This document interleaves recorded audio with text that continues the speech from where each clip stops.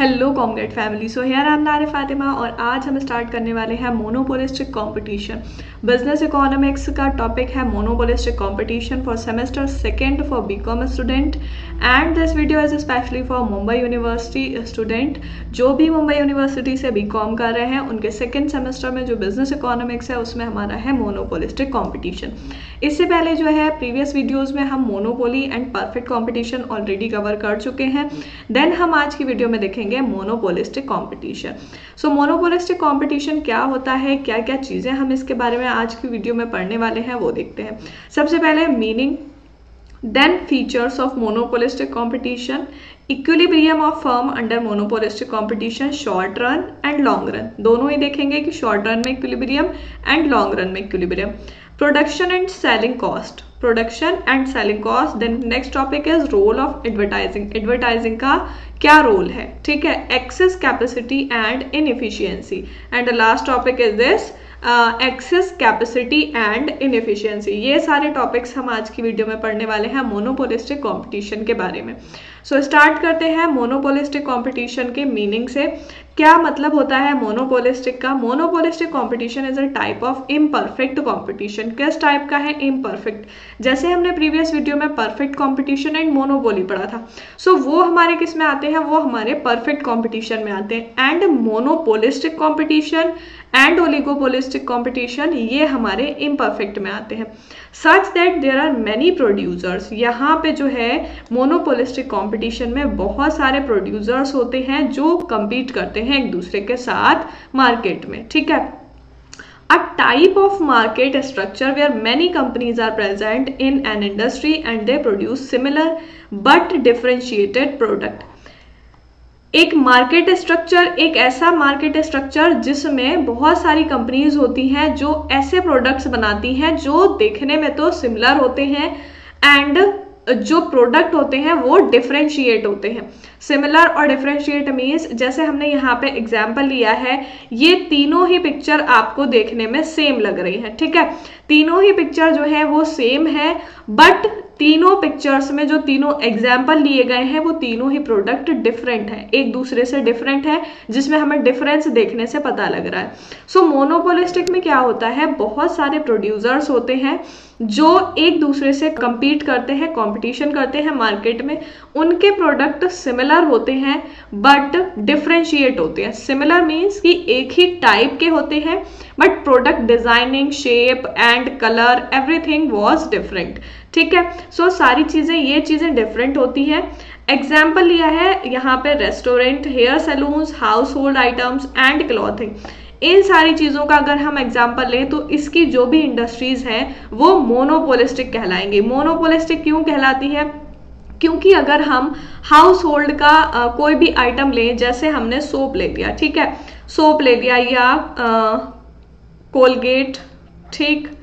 सो यहाँ पे सोप के जो है वो आपको कई सारे ब्रांड्स, कई सारी टाइप्स देखने को मिलेंगे, ठीक है। ये कई सारे टाइप्स सोप के आपको देखने को मिलेंगे।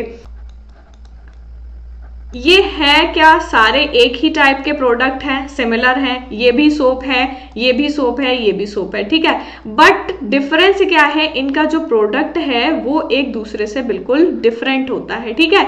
इसीलिए ये मोनोपोलिस्टिक कंपटीशन में आते हैं कि जो टाइप है, जो गुड्स हैं वो सिमिलर है, सारे जो है वो हमारे सोप्स हैं, बट प्रोडक्ट जो है वो सबका अपना अपना अलग अलग है, किसी का शेप अलग है, किसी का फ्रेग्रेंस अलग है। तो यहाँ पे हमने 3 टाइप्स के ये जो है सोप लिए हैं, तो इसमें जो है वो सारे ही प्रोडक्ट हमारे सिमिलर हैं बट प्रोडक्ट जो है वो डिफरेंशिएट है। इसी तरीके से अगर हम कोलगेट का लें, सो इसमें भी हमारे अगर 3 टाइप के हम कोलगेट, ये टूथपेस्ट लेते हैं, कोलगेट भी एक टाइप है टूथपेस्ट का, ठीक है, कोलगेट, क्लोजअप एंड सेंसोडाइन, ठीक। ये सारे हमारे टूथपेस्ट हैं, इनकी ब्रांड है ये अलग अलग, ठीक। अब ये प्रोडक्ट जो है वो है सारे सिमिलर, काम सबका एक ही है, बट प्रोडक्ट जो है वो अलग अलग है, ठीक है। Shape, size, fragrance and design सबका अलग अलग होता है। सो ये मोनोपोलिस्टिक कंपटीशन में जो भी प्रोडक्ट होते हैं वो सिमिलर होते हैं बट डिफरेंशिएट होते हैं, ठीक है। देन हम देखेंगे features of monopolistic competition. Features क्या क्या होते हैं? लार्ज नंबर ऑफ सेलर, बहुत ज्यादा नंबर्स ऑफ सेलर होते हैं यहाँ पर, and large numbers of buyer, buyer भी बहुत ज्यादा होते हैं। सेलर मीन्स कि मोनोपोलिस्टिक कंपटीशन में जो भी प्रोड्यूसर होते हैं वो सिमिलर टाइप के गुड्स बनाते हैं, सिमिलर टाइप के गुड्स से ही कंपटीशन करते हैं मार्केट में। Then large number of buyer, ये सारे जो हमने एग्जांपल लिए तो इनके बहुत ज्यादा बायर्स होते हैं, तो मोनोपोलिस्टिक में हमारे ये फीचर हो जाएगा कि इसके बहुत ज्यादा बायर्स होते हैं। Free entry and exist, monopolistic market में कोई भी मोनोपोलिस्टिक कॉम्पिटिटर है देन वो इजीली एंटर कर सकता है एंड इजीली एग्जिस्ट कर सकता है मार्केट से, it depends on him. Selling cost, इसमें ये बहुत इंपॉर्टेंट एक फैक्टर है, फीचर है इसका, सेलिंग कॉस्ट। सेलिंग कॉस्ट की जो भी प्रोडक्ट बनाया गया है उसको सेल करने के लिए जो कॉस्ट लगती है वो सेलिंग कॉस्ट होती है। एंड प्रोडक्ट डिफरेंशिएशन, इसमें क्या होता है, सिमिलर गुड्स होते हैं बट डिफरेंट होते हैं। डिफरेंशिएशन होता है कि प्रोडक्ट को आप देखकर या यूज करके उसमें डिफरेंस कर सकते हो कि कौन से प्रोडक्ट में क्या डिफरेंस है। Nature of demand curve is more elastic, monopolistic competition में जो है डिमांड कर्व जो होता है वो बहुत ज्यादा इलास्टिक होता है। ये इलास्टिसिटी ऑफ डिमांड में आपने पढ़ा होगा, मोर elastic and less elastic. More elastic वो होता है जो हमारा ग्रेटर देन 1 होती है जिसमें इलास्टिसिटी, ठीक है। इलास्टिसिटी ऑफ डिमांड जिसमें ग्रेटर देन 1 होती है उसको हम मोर इलास्टिक बोलते हैं। सो मोनोपोलिस्टिक मार्केट में डिमांड कर्व जो होगा वो मोर इलास्टिक होगा। सो ये सारे हमारे फीचर्स हो जाएंगे मोनोपोलिस्टिक के। Large number of seller and large number of buyer, free entry exist होती है, सेलिंग कॉस्ट होती है, product differentiation and demand curve more elastic होता है। Then equilibrium of a firm under monopolistic market, monopolistic market में या monopolistic competition में equilibrium firm का कब और कैसे होता है? दो टाइप से होता है, एक तो शॉर्ट रन एंड एक लॉन्ग रन। शॉर्ट रन हमारा विद इन 1 ईयर जो भी चीजें होंगी, short run equilibrium, and long run more than 1 year, ठीक है। Monopolistically competitive firm can operate with super normal profit, कैसे प्रॉफिट से ऑपरेट करती हैं? सुपर नॉर्मल प्रॉफिट से ऑपरेट करती हैं। नॉर्मल प्रॉफिट और लॉस, ये 3 केस आपको देखने को मिलते हैं, एक तो super normal profit and normal profit and loss in the short run. Then पहला है हमारा एक्सेस प्रॉफिट। एक्सेस प्रॉफिट या हम सुपर नॉर्मल प्रॉफिट कहेंगे, सुपर प्रॉफिट कहेंगे। The demand curve and cost curve of a firm would produce profit maximizing level of output at the point जहां पे marginal revenue marginal cost के बराबर होता है। This is the equilibrium of level of output of the firm. Access profit जब होगा तब equilibrium में कब होगी फर्म? जब प्रॉफिट बहुत ज्यादा मैक्सिमाइज लेवल पर है और मार्जिनल रेवेन्यू जो है वो मार्जिनल कॉस्ट के बराबर होगा, तब फर्म इक्विलिब्रियम में होगी। एंड जब नॉर्मल प्रॉफिट होगा तो क्या होगा? Condition for normal profit is very rare. Normal profit की जो कंडीशन है वो बहुत रेयर है। रेयर मतलब कि कॉमन नहीं है, बहुत फ्रीक्वेंटली नहीं होता है, ऐसा बहुत कम होता है। Due to change in demand and cost conditions, demand के और कॉस्ट के चेंज होने से sometime it's possible for the firm to just cover its cost of production. Normal profit इसलिए नहीं होता, ये रेयर इसलिए है क्योंकि कभी कभी डिमांड जो होती है वो इतनी होती है कि सिर्फ उससे कॉस्ट कवर हो पाती है, जो भी प्रोडक्शन की कॉस्ट होती है वो कवर हो पाती है, तो इसलिए प्रॉफिट नहीं होता। That is the case of normal profit, ये हमारे नॉर्मल प्रॉफिट के केस में होता है। Then loss due to demand and cost condition, it is also possible that firm may operate with loss. अब जब लॉस होता है तो डिमांड और कॉस्ट कंडीशन की वजह से ही होता है। जब कॉस्ट ज्यादा हो जाएगी, ठीक है, कॉस्ट ऑफ प्रोडक्शन ज्यादा हो जाएगा तब लॉस होगा। सो ये था हमारा शॉर्ट रन इक्विलिब्रियम। देन हम देखेंगे कि लॉन्ग रन इक्विलिब्रियम में क्या होता है। It is possible for the firm to make all necessary changes in its fixed factor of production. जैसे कि लॉन्ग रन में जो है वो सारे फिक्स्ड फैक्टर नहीं होते हैं, सारे फैक्टर जो होते हैं वो वेरिएबल होते हैं। All the production factors are variable in long run, ठीक है, लॉन्ग रन में सारे फैक्टर्स वेरिएबल होते हैं। सो ये बोला गया है कि ये पॉसिबल है, मतलब ऑल नेसेसरी चेंजेस, सारे जो जो चेंजेस करने हैं वो फिक्स फैक्टर के साथ चेंज कर सकते हैं, क्योंकि लॉन्ग रन में इतना ज्यादा टाइम होता है। As all cost are variable, सारी कॉस्ट जो होती हैं वो वेरिएबल होती हैं। Firm can not continue to operate with loss, इसलिए फर्म जो है वो लॉन्ग टर्म में, लॉन्ग पीरियड में लॉस के साथ ऑपरेट नहीं कर पाएगी। जैसे कि हमने देखा था कि प्रॉफिट जो है, प्रॉफिट मैक्सिमाइजेशन लास्ट वीडियो में हमने पढ़ा था। सो प्रॉफिट मैक्सिमाइजेशन ग्रोथ के और एक्सपेंशन के लिए बहुत जरूरी है एंड सर्वाइवल के लिए भी जरूरी है। जब बिजनेस फर्म को प्रॉफिट होगा तभी वो आगे सर्वाइव कर पाएगी। सो फर्म के लिए ये आसान नहीं है कि लॉस जब हो रहा है, जब कॉस्ट जो है वो बहुत ज्यादा हो रही है, तो आगे उस बिजनेस को कंटिन्यू करना। ठीक है, as there is free entry and exist due to supernormal profit earned by existing firm, more firm will enter in the market। अब एंट्री नहीं है, कोई एंट्री पे बैरियर नहीं है, फ्री एंट्री है, फ्री एग्जिस्ट है, अपनी मर्जी से प्रोड्यूसर मार्केट में आ सकता है, अपनी मर्जी से जा सकता है। ठीक है, and due to super normal profit, और इस मार्केट में जो है वो बहुत ज्यादा एक्सेस प्रॉफिट होता है।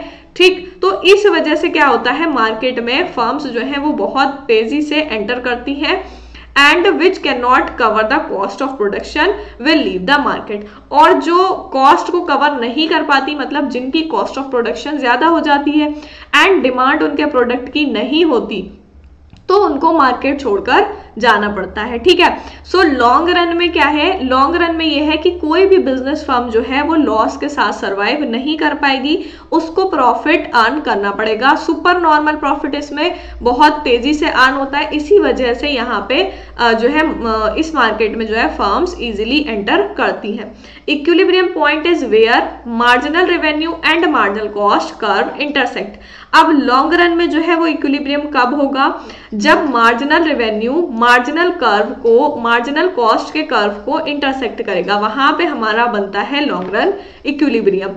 As total revenue is equal to total cost, ये नॉर्मल प्रॉफिट कहलाएगा। जैसे अभी हमने पीछे देखा कि नॉर्मल प्रॉफिट जो है वो बहुत रेयर है। नॉर्मल प्रॉफिट का मतलब कि जितनी कॉस्ट थी वो कवर हो गई रेवेन्यू से। ठीक है, सो इसको हम नॉर्मल या नॉर्मल प्रॉफिट बोलेंगे। ठीक, अब एक्सेस प्रॉफिट या सुपर नॉर्मल प्रॉफिट कब होगा, जब टोटल रेवेन्यू जो है वो ज्यादा हो जाएगा टोटल कॉस्ट से। ठीक है, टोटल रेवेन्यू टोटल कॉस्ट से ज्यादा हो जाएगा, तब यहाँ पे जो है वो सुपर प्रॉफिट होगा। एंड यहाँ पे अगर टोटल रेवेन्यू जो है वो कम हो गया एंड टोटल कॉस्ट ज्यादा हो गई, तब ये केस हो जाएगा हमारा लॉस का। ठीक है, लॉस हो जाएगा जब टोटल रेवेन्यू कम हो जाएगा एंड टोटल कॉस्ट ज्यादा हो जाएगी। देन नेक्स्ट है हमारा production cost and selling cost. अब जो प्रोडक्ट है मोनोपोलिस्टिक मार्केट में, उसमें कुछ प्रोडक्शन कॉस्ट लगती है एंड कुछ सेलिंग कॉस्ट लगती है।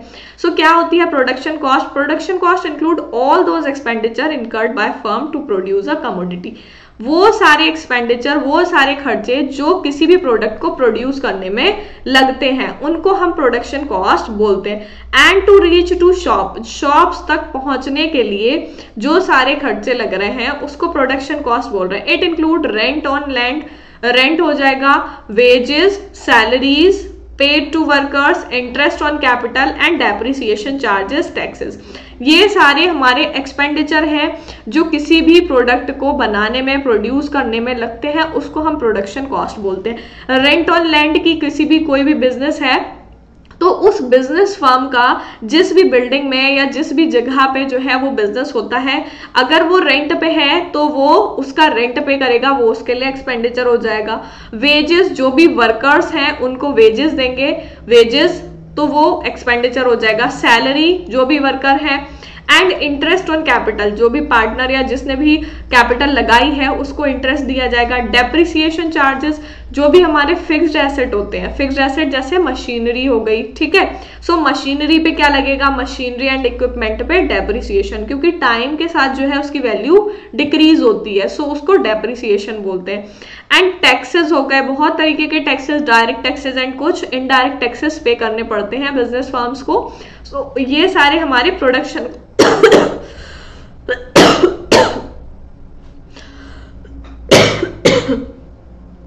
ये सारे प्रोडक्शन कॉस्ट में आ जाते हैं। देन है सेलिंग कॉस्ट। सेलिंग कॉस्ट क्या होती है? इंक्रीज द सेल, जो सेल को इंक्रीज करने के लिए कॉस्ट लगाई जाए उसको सेलिंग कॉस्ट कहते हैं। Due to the availability of substitute. अब मोनोपोलिस्टिक मार्केट में बताया गया है कि फ्री एंट्री फ्री एग्जिस्ट है, ठीक है, और बहुत टाइप के seller, large number of seller and large number of buyer होते हैं, ठीक है।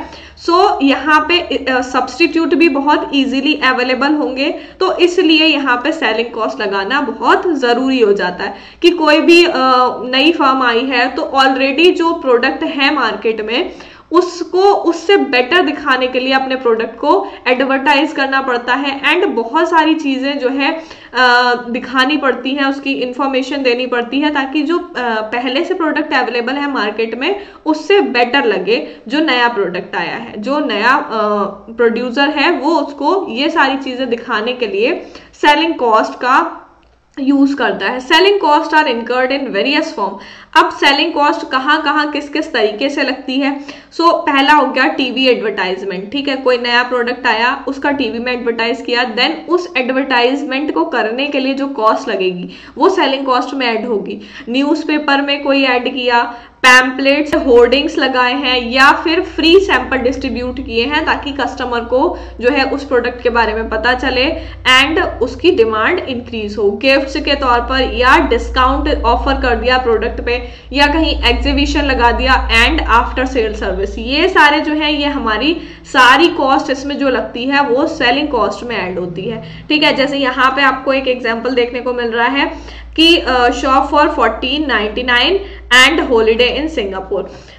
1499 की शॉपिंग पर आपको एक हॉलीडे ट्रिप मिलेगा सिंगापुर का, ठीक है, एंड 1 लाख एक्साइटिंग प्राइजेस। सो ये क्या हो गया? ये एक एडवर्टाइजमेंट हो गया, डिस्काउंट ऑफर कह सकते हैं आप इसको, ठीक है। इसको बनाने में या इसको देने में जो भी कॉस्ट लग रही है वो सारी कॉस्ट हमारी सेलिंग कॉस्ट में ऐड होती है। देन सेलिंग कॉस्ट जो है वो इंपॉर्टेंट है मोनोपोलिस्टिक कंपटीशन में। सेलिंग कॉस्ट जो है वो एक इंपॉर्टेंट फीचर है मोनोपोलिस्टिक कंपटीशन का। परफेक्ट कंपटीशन में क्या होता है? गुड्स जो होते हैं वो होमोजीनियस होते हैं, तो वहां पे सेलिंग कॉस्ट की जरूरत नहीं होती है। परफेक्ट कंपटीशन जैसे हमने देखा, परफेक्ट मार्केट में हमारा परफेक्ट कंपटीशन मोनोपोली है। सो मोनोपोली में सिंगल सेलर है, उसको किसी से कंपटीशन नहीं करना, वो सिंगल है, अपना जो भी प्रोडक्ट प्रोड्यूस कर रहा है उसको सेल कर रहा है, तो उसको एडवर्टाइज करने की जरूरत नहीं है क्योंकि उसका कोई कॉम्पिटिटर नहीं है, क्योंकि उसका कोई सब्स्टिट्यूट गुड नहीं है, ठीक है। बट मोनोपोलिस्टिक में इसकी जरूरत पड़ती है। मोनोपोलिस्टिक कंपटीशन जो है उसमें बहुत सारे सब्स्टिट्यूट अवेलेबल होते हैं। जैसे अभी हमने एग्जांपल सोप का एंड टूथपेस्ट का लिया, ठीक है, टूथपेस्ट का लिया। सो यहाँ पे बहुत सारे आपको इसके सब्स्टिट्यूट्स देखने को मिलते हैं। इस वजह से जो एक दूसरे दो से ज्यादा जो भी प्रोड्यूसर होते हैं मार्केट में, जितने भी प्रोड्यूसर हैं वो यही चाहते हैं कि जितने भी मार्केट में ऑलरेडी प्रोडक्ट हैं उनसे हमारा प्रोडक्ट ज्यादा यूनिक लगे, ज्यादा अच्छा लगे, जिससे हमारे प्रोडक्ट की डिमांड इंक्रीज हो। इसलिए वो सेलिंग कॉस्ट इनकर करते हैं। Thus the cost incur by the firm to promote their product. Selling cost जो है ये प्रोडक्ट को प्रमोट करने के लिए लगती है और to increase the demand, demand को इंक्रीज करने के लिए। एडवर्टाइजमेंट जो है वो डिमांड को इंक्रीज करने के लिए किया जा रहा है, ठीक है, and product in the market is called the selling cost. अब सेलिंग कॉस्ट को जब सेलिंग कॉस्ट लगती है तो प्रोडक्ट का जो प्राइस है वो भी इंक्रीज होता है। वो अपने प्रोडक्ट को प्रमोट करने के लिए सेलिंग कॉस्ट लगा रहे हैं, उससे डिमांड इंक्रीज हो रही है। अब डिमांड तो इंक्रीज हुई बट जो भी कस्टमर उसको परचेज कर रहे हैं उनके लिए उस प्रोडक्ट का प्राइस हाई हो जाएगा क्योंकि उसमें सेलिंग कॉस्ट भी ऐड हो जाएगी। इफेक्ट क्या होते हैं सेलिंग कॉस्ट के? Selling cost affect the consumer demand, consumer demand को अफेक्ट करता है। अगर आप कोई एडवर्टाइज कर रहे हो, कोई होर्डिंग लगा रहे हो, देन वो कस्टमर अगर कोई भी देख रहे हैं देन उनके ऊपर उस चीज का इफेक्ट पड़ता है और उससे डिमांड इंक्रीज होती है। It make people aware of the existing commodity and also inform them how their product is better than substitute available in the market. ये मतलब जो भी एडवर्टाइजमेंट किया जाता है वो ये बताता है कस्टमर को, उनको अवेयर करता है कि पहले से जो मार्केट में प्रोडक्ट है और हमारा जो न्यू प्रोडक्ट है वो उससे कैसे अलग है, कैसे बेटर है, जो भी इसके सब्स्टिट्यूट मार्केट में अवेलेबल हैं उससे वो कैसे बेटर है, क्या क्या फीचर्स हैं उसमें, क्या क्या अच्छी चीजें हैं, वो सारी दिखाई जाती हैं उसके एडवर्टाइजमेंट में। Then role of advertisement. There are many advertisement which give an information about the availability of various product in market and also inform them about quality and uses of product. अब बहुत सारे advertisement होते हैं जो किसी भी product की information देते हैं कि हाँ मार्केट में ये प्रोडक्ट अवेलेबल है, और उस चीज के बारे में, उस प्रोडक्ट के बारे में इंफॉर्म करते हैं कि इसमें क्या क्या चीजें हैं, इसकी क्या क्या क्वालिटी है, क्या यूज है, किस चीज में इसका यूज होता है। ठीक है, सो ये सारी चीजें कहाँ से पता लगती हैं? एडवर्टाइजमेंट से पता लगती है। Advertisement also specify the benefit of using a particular product. Advertisement क्या स्पेसिफाई करता है? किसी भी एक पर्टिकुलर प्रोडक्ट के बेनिफिट्स। बेनिफिट मतलब कि सिर्फ अच्छी चीजें एडवर्टाइजमेंट में दिखाई जाती हैं, खराब चीजें उसमें नहीं दिखाई जाती। सच एडवर्टाइजमेंट आर कॉल्ड इंफॉर्मेटिव और एजुकेटिव एडवर्टाइजमेंट। ऐसे एडवर्टाइजमेंट जो किसी प्रोडक्ट की इंफॉर्मेशन दें, उस चीज के बारे में बताएं, उनको हम इंफॉर्मेटिव या एजुकेटिव एडवर्टाइजमेंट कहते हैं। अब इसके अलावा एक टाइप के एडवर्टाइजमेंट और होते हैं, जैसे जो एडवर्टाइजमेंट जो है वो एजुकेटिव नहीं होते हैं या फिर किसी गलत चीज के बारे में एडवर्टाइज करते हैं, उनको हम ऑफेंसिव एडवर्टाइजमेंट बोल सकते हैं। ठीक है, वो ऑफेंसिव एडवर्टाइजमेंट होते हैं जो कंज्यूमर्स को मिसलीड करते हैं। ऐसे एडवर्टाइजमेंट को हम मैनिपुलेटिव या कॉम्पिटिटिव एडवर्टाइजमेंट बोलते हैं। ठीक है, and these advertisement are undertaken through exhibitions, TV hoardings, discount, distribution and free sample। ठीक है, ये एडवर्टाइजमेंट जो होते हैं वो कैसे दिए जाते हैं? कुछ जो है एग्जीबिशन के थ्रू दिए जाते हैं, टीवी के थ्रू होर्डिंग्स लगाए जाते हैं, डिस्काउंट के, या distribution of free sample. Free sample distribute करके उस प्रोडक्ट का एडवर्टाइज किया जाता है। जैसे यहाँ पे आपको एक एग्जाम्पल देखने को मिल रहा होगा, presenting rupees 1.50 only in an attractive color।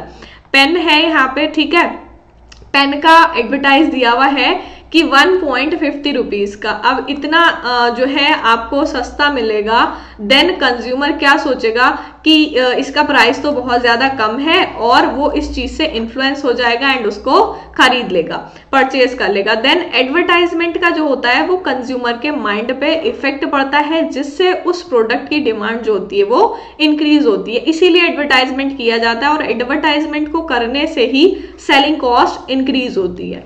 Then हम देखेंगे एडवर्टाइजमेंट के एडवांटेज एंड डिसएडवांटेज। क्या क्या एडवांटेजेस होती हैं एंड क्या क्या डिसएडवांटेजेस हैं। एडवांटेज देखेंगे, सबसे पहले एडवांटेज है कि क्रिएट्स अवेयरनेस। जो भी एडवर्टाइजमेंट होते हैं वो क्या करते हैं? कंज्यूमर्स में अवेयरनेस क्रिएट करते हैं। अवेयरनेस मतलब उनको पता लगता है कि मार्केट में क्या नया प्रोडक्ट आया है, एंड किस चीज के लिए आया है, उसका क्या यूज है, एंड पहले के जो प्रोडक्ट हैं उनसे क्या चेंज है, उसमें क्या उसका बेनिफिट है। ठीक है, ये सारी चीजें पता लगती हैं।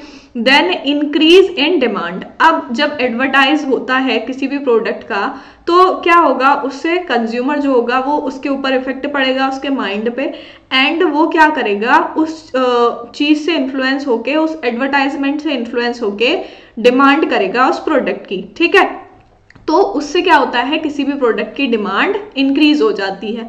Provide information. अब कुछ जो एडवर्टाइजमेंट होते हैं वो क्या करते हैं, इंफॉर्मेशन प्रोवाइड करवाते हैं कंज्यूमर को।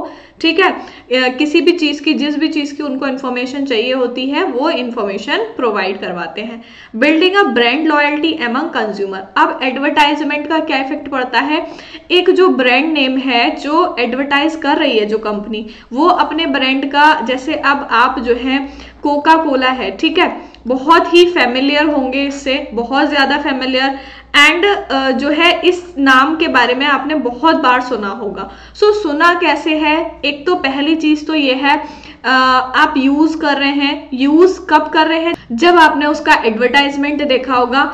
आप इस प्रोडक्ट का जो है बहुत ज्यादा एडवर्टाइजमेंट देखते हैं, देन वो चीज आपके माइंड में होती है और उससे आपको ये नाम जो है वो याद हो गया है एंड आप इस चीज के बारे में जानते हैं कि कोका कोला किस चीज की कंपनी है एंड ये क्या चीज प्रोवाइड करवाती है, क्या प्रोडक्ट है इनका, ठीक है। सो उससे जो है जो भी एडवर्टाइजमेंट होता है जिस भी कंपनी का, उससे कंज्यूमर के माइंड में एक ब्रांड लॉयल्टी बनती है, ठीक है। सो ये एडवांटेजेस होते हैं एडवर्टाइजमेंट के। एंड अब डिसएडवांटेजेस क्या होते हैं कि क्या क्या नुकसान है एडवर्टाइजमेंट के, ठीक है। Create temptation to spend money. अब एडवर्टाइज है, ठीक है, तो अगर कोई कंज्यूमर ऐसा है जैसे जिसको जो चीज नहीं खरीदनी थी, उसकी जरूरत नहीं है उसको, बट एडवर्टाइज कंपनी उस चीज का इतना कर रही है कि आपको जो है 50% ऑफ इस चीज पे, ठीक है, एंड आपको जो है 10% ऑफ है इस पे, एंड जो 2000 की कोई चीज है वो आपको मिल रही है 1500 की, ठीक है। सो ये एडवर्टाइजमेंट आप रोज देखते होंगे हर तरीके के प्रोडक्ट में। हम रोज के जो भी प्रोडक्ट होते हैं, हाउस होल्ड के प्रोडक्ट ले लीजिए आप, क्लोथिंग के ले लीजिए, फैशन के कोई भी प्रोडक्ट आप ले लीजिए, उसके जो है एडवर्टाइज आपको देखने को मिलते हैं। तो ऐसे बहुत सारे एडवर्टाइज होते हैं जिससे कंज्यूमर इन्फ्लुएंस होके उस चीज की डिमांड क्रिएट करता है एंड उसमें अपनी मनी स्पेंड करता है बिना वजह, जिस चीज की उसको जरूरत नहीं होती है उसकी भी। False quality of the product mislead the consumer. अब जो प्रोडक्ट है उसकी जो क्वालिटी है उस चीज के बारे में बहुत अच्छे से दिखाया जा रहा है एंड एक्चुअल जो क्वालिटी है उस प्रोडक्ट की वो इतनी अच्छी नहीं है। तो ये क्या कर रहा है, ये एडवर्टाइजमेंट जो है वो कंज्यूमर को मिसलीड कर रहा है, उसको प्रोडक्ट के बारे में उसकी जो सच्चाई है, उसकी जो असलियत है वो नहीं दिखा रहा कि इस प्रोडक्ट में ये चीजें हैं, ये क्वालिटीज नहीं है। तो उससे क्या होते हैं, कंज्यूमर जो है वो मिसलीड होते हैं, उनको फॉल्स इंफॉर्मेशन प्रोवाइड करवाई जाती है। Cost are added and price increase. जैसे अभी मैंने बताया, अब देखो एडवर्टाइजमेंट करवाया जाएगा किसी भी प्रोडक्ट का, तो उसमें जो सेलिंग कॉस्ट लगेगी उससे क्या होगा, वो होनी तो उसकी कॉस्ट में ही ऐड है। अब मान लो कोई प्रोडक्ट आपका 10 रुपए का बना, ठीक है, अब इसको कंपनी ने एडवर्टाइज कराने के लिए खर्चा लगाया इस पे 2 रुपए का, ठीक, 2 रुपए का जो उस पर खर्चा लगा वो ऐड तो इसमें ही होगा, तो टोटल प्रोडक्ट जो बन जाएगा कंज्यूमर के लिए तो वो 12 रुपए का बन गया ना। तो कंज्यूमर को ये 2 रुपए जो एक्स्ट्रा पे करने पड़ रहे हैं वो उसको उसके प्राइस जो इंक्रीज हो रहे हैं, तो ये कंज्यूमर के पास से एक्स्ट्रा जा रहे हैं 2 रुपए जो सेलिंग कॉस्ट में ऐड हो जाते हैं, ठीक है। तो कॉस्ट जो है वो एडवर्टाइज करने से इंक्रीज हो रही है, सेलिंग कॉस्ट इंक्रीज हो रही है जिससे प्राइस इंक्रीज हो रहा है एंड कंज्यूमर को वही प्रोडक्ट इंक्रीज प्राइस में मिल रहा है, ज्यादा प्राइस में मिल रहा है। देन है psychological dissatisfaction to many poor peoples. अब बहुत सारी चीजों के ऐसे एडवर्टाइजमेंट दिखाए जाते हैं जिससे जो भी पुअर पीपल है माइंड पे उसका बहुत इफेक्ट पड़ता है कि जैसे कोई भी प्रोडक्ट है तो उसका अगर एडवर्टाइज कराया जा रहा है, देन अगर कोई पुअर पीपल उस चीज को अफोर्ड नहीं कर पा रहा, देन उसके माइंड पे उसकी जो उसको एक तरीके का डिससेटिस्फेक्शन होता है कि हम इस चीज को अफोर्ड नहीं कर पा रहे हैं, ठीक है। डिसएडवांटेज ये भी होता है कि जो भी पुअर पीपल है उनको साइकोलॉजिकल डिससेटिस्फेक्शन मिलता है इन एडवर्टाइजमेंट्स को देखकर, ठीक है। सो कुछ फायदे भी हैं एडवर्टाइजमेंट के एंड कुछ नुकसान भी हैं। सो फायदे दोनों के ही लिए हैं, बिजनेस फर्म के लिए भी और कस्टमर के लिए भी, एंड नुकसान भी दोनों के लिए है। अगर कोई गलत एडवर्टाइजमेंट दिखाया जा रहा है देन उससे जो है कंपनी की जो भी फर्म है, जो भी प्रोडक्ट का प्रोड्यूसर है, उसकी भी इमेज खराब हो रही है, ठीक है। देन नेक्स्ट है हमारा वेस्टेज अंडर मोनोपोलिस्टिक कंपटीशन। अब मोनोपोलिस्टिक कंपटीशन में वेस्टेज बहुत होती है। किस चीज की वेस्टेज हो रही है, यहाँ कई टाइप की वेस्टेज है। एक तो एक्सेस कैपेसिटी है। एक्सेस कैपेसिटी का मतलब है कि जो भी प्रोडक्ट बन रहा है, जो भी रिसोर्सेज हैं, उनको ज्यादा यूटिलाइज किया जा सकता था, उनको अंडर यूटिलाइज किया जा रहा है, मतलब कैपेसिटी उसकी ज्यादा थी बट उसको इतना ज्यादा यूटिलाइज नहीं किया जाता है मोनोपोलिस्टिक कंपटीशन में। सो यहाँ पे ये बोला गया है कि इसकी वजह से इसकी जो भी रिसोर्सेज है उसकी वेस्टेज होती है, ठीक है। Then unemployment. अब जब उन रिसोर्सेज को, उन चीजों को यूज नहीं किया जाएगा, यूटिलाइज नहीं किया जाएगा, देन उससे क्या होता है, अनएम्प्लॉयमेंट। जितनी वेस्टेज हो रही है अगर उस चीज को यूज किया जाता देन उससे एम्प्लॉयमेंट इंक्रीज होता, ठीक है। नेक्स्ट है हमारा exploitation of the consumer. Exploitation of consumer क्यों हो रहा है भाई? एडवर्टाइजमेंट जब किसी भी चीज का कराया जा रहा है, किसी भी प्रोडक्ट का एडवर्टाइज कराया जा रहा है, देन उसमें सेलिंग कॉस्ट ऐड हो रही है, ठीक है। सेलिंग कॉस्ट जो भी एडवर्टाइजमेंट में कॉस्ट लग रही है वो सेलिंग कॉस्ट में ऐड हो रही है, ठीक। अब सेलिंग कॉस्ट में जो प्रोडक्ट का पूरा कॉस्ट निकल के आई वो तो उसमें ऐड होगी, एंड वो कॉस्ट कौन पे करेगा, कंज्यूमर पे करेगा, ठीक है। सो ये कंज्यूमर्स को एक्सप्लॉइट कराया जा रहा है, ठीक है, एक्सप्लॉइट किया जा रहा है कंज्यूमर्स को कि जो एडवर्टाइजमेंट की कॉस्ट है वो प्रोडक्ट की कॉस्ट में टोटल में ऐड हो रही है, एंड उनको प्राइस ज्यादा पे करने पड़ रहे हैं उसकी वजह से। Lack of specialization, lack of specialization मतलब कई सारी फर्म्स होती हैं मार्केट में एंड सब्सटीट्यूट भी बहुत ज्यादा अवेलेबल है, ठीक है। तो इसकी वजह से जो स्पेशलाइजेशन होती है वो कम होती है। स्पेशलाइजेशन मतलब कि कोई भी एक प्रोडक्ट जो है वो किसी उसका कोई एक स्पेशल फीचर नहीं होता, ठीक है, कोई भी एक स्पेशल फीचर नहीं है कि ये इस चीज के लिए है, ये इस चीज के लिए बेस्ट है, ठीक है। तो जो भी लार्ज स्केल प्रोडक्शन होता है यहाँ पे वो पॉसिबल नहीं हो पाता, इसलिए लैक ऑफ स्पेशलाइजेशन होता है। मतलब सारे प्रोडक्ट जो है वो ऑलरेडी मतलब पहले से ही जो प्रोडक्ट है वो भी सारे सिमिलर हैं, एंड जो नए प्रोडक्ट आ रहे हैं वो भी सिमिलर है, बट कुछ डिफरेंशिएशन होता है, बट यहाँ पे स्पेशलाइजेशन नहीं होता, ठीक है, किसी भी प्रोडक्ट का स्पेशलाइजेशन नहीं होता है। सो ये होता है वेस्टेज अंडर मोनोपोलिस्टिक कंपटीशन। ये था हमारा मोनोपोलिस्टिक कंपटीशन। मोनोपोलिस्टिक कंपटीशन के बारे में हमने पढ़ा सबसे पहले मीनिंग कि क्या मतलब होता है मोनोपोलिस्टिक कंपटीशन का। बहुत सारे प्रोड्यूसर्स होते हैं इसमें and large number of buyers भी होते हैं। देन फीचर्स क्या क्या होते हैं, फ्री एंट्री होती है, फ्री एग्जिस्ट होती है, कोई भी प्रोड्यूसर आसानी से आ सकता है एंड आसानी से जा भी सकता है मार्केट छोड़ के, अगर उसको लॉस हो रहा है या उसको वो प्रोडक्ट नहीं सेल हो रहा है। Equilibrium short run and long run में क्या डिफरेंस होता है, ठीक है। देन प्रोडक्शन और सेलिंग कॉस्ट, इसमें इंपॉर्टेंट है कि सेलिंग कॉस्ट क्यों लगती है, किस वजह से लगती है, एडवर्टाइजमेंट की वजह से। अब रोल ऑफ एडवर्टाइजमेंट, क्या रोल है एडवर्टाइजमेंट का। एडवर्टाइजमेंट जो है उससे जो है डिमांड जो होती है वो बहुत ज्यादा हद तक इंक्रीज हो जाती है, क्योंकि कंज्यूमर बहुत ज्यादा इन्फ्लुएंस हो जाते हैं एडवर्टाइजमेंट से। आप लोग भी कई बार बहुत सारे एडवर्टाइजमेंट देख के इन्फ्लुएंस हो जाते होगे एंड उस चीज को परचेज कर लेते होगे, ठीक है। एंड उसके बाद advantage and disadvantage of advertising, then the last one is wastage under monopolistic competition. So ये था हमारा आज का टॉपिक मोनोपोलिस्टिक कंपटीशन। सो आपका ये टॉपिक कंप्लीट हो गया है मोनोपोलिस्टिक का। एंड नेक्स्ट वीडियो में हम करने वाले हैं ओलिगोपोली मार्केट के बारे में। ओलिगोपोली के बारे में हम देखेंगे नेक्स्ट वीडियो में। एंड बिजनेस इकोनॉमिक्स के जितने भी टॉपिक्स हैं हम सारे कवर करने वाले हैं। सो मिलते हैं नेक्स्ट वीडियो में, तब तक के लिए गुड बाय।